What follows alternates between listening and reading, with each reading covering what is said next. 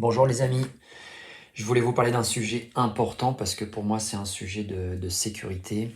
Je vois trop de personnes qui viennent en rendez-vous en ergonomie cycliste globale à la maison médicale du sport à Rouen, qui ont des pressions trop importantes sur leur vélo récent souvent, avec des tubeless ou sans tubeless, avec des crochets ou sans crochets sur les jantes modernes. Et je pense que ça met vraiment en danger leur sécurité d'une part, et d'autre part, ça leur fait perdre du rendement, ça leur fait augmenter leur distance de freinage, ça leur fait perdre du confort et donc de l'endurance sur des sorties longues.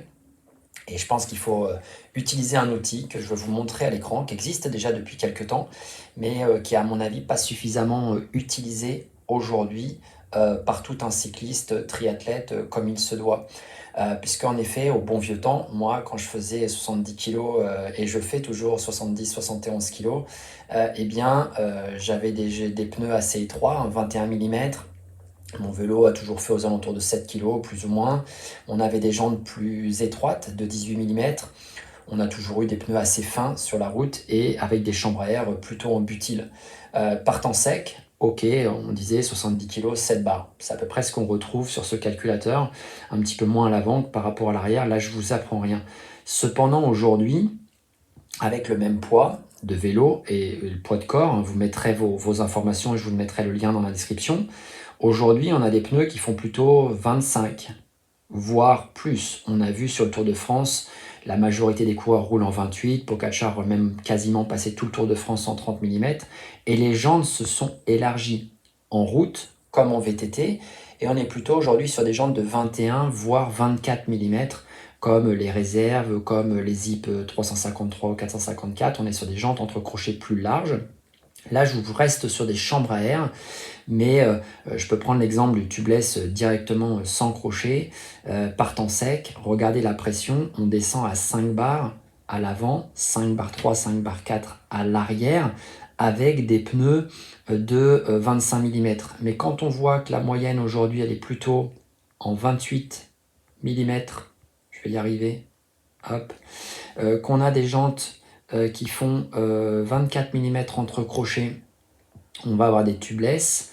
Tac, on est sur 4 barres à l'avant, 4 barres 1, 4 barres 3, 4 barres 4 à l'arrière. Pour quelqu'un qui fait 70 kg, sachant que les coureurs de Tour de France font souvent 60-65 kg, on est sur des pressions inférieures à 4 barres.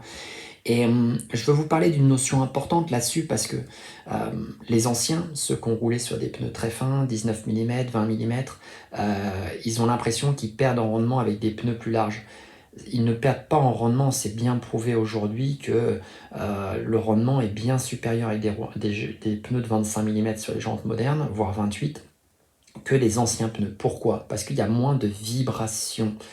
Ce qu'on ressent de manière très subjective de la route, ce sont les vibrations. Vous voyez bien quand vous roulez sur de l'asphalte qui vient d'être fait, là bien noir, c'est assez lisse, même si on devait se pencher par terre et regarder de plus près, c'est plutôt irrégulier, mais c'est quand même assez lisse au niveau des sensations.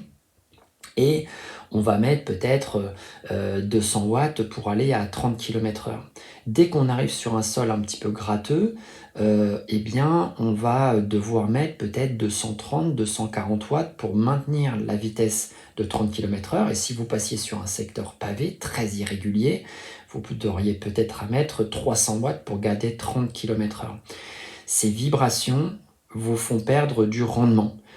Si vous prenez des pneus plus grands, 25 mm, 28 mm, peut-être même 30 ou 32 mm, qui sont presque des pneus de gravel aujourd'hui utilisés sur des étapes ou des classiques du printemps, eh bien là, on va avoir moins de vibrations, on va se retrouver sur un gratteux avec l'impression d'avoir un sol lisse, et donc on va avoir moins de fatigue, toutes ces vibrations musculaires qu'on peut voir au niveau des avant-bras, des épaules, du cou. On va avoir moins de douleur dans les mains, moins d'inconfort à la selle, moins de vibrations musculaires et donc moins de fatigue et moins de consommation d'oxygène et moins de fatigue musculaire. Donc on va aller plus loin, on va être plus endurant, on va être plus résistant, on va être plus performant. Aujourd'hui, ne vous y trompez pas, si Filippo Ganna, même sur un sol extrêmement lisse, il a été recordman de l'heure sur route avec des pneus tubeless de 28 mm, c'est qu'il y a une raison. Alors ne soyez pas têtus, obtus, acceptez sur vos vélos modernes d'avoir des pneus plus larges, mais surtout, s'il vous plaît, de baisser la pression.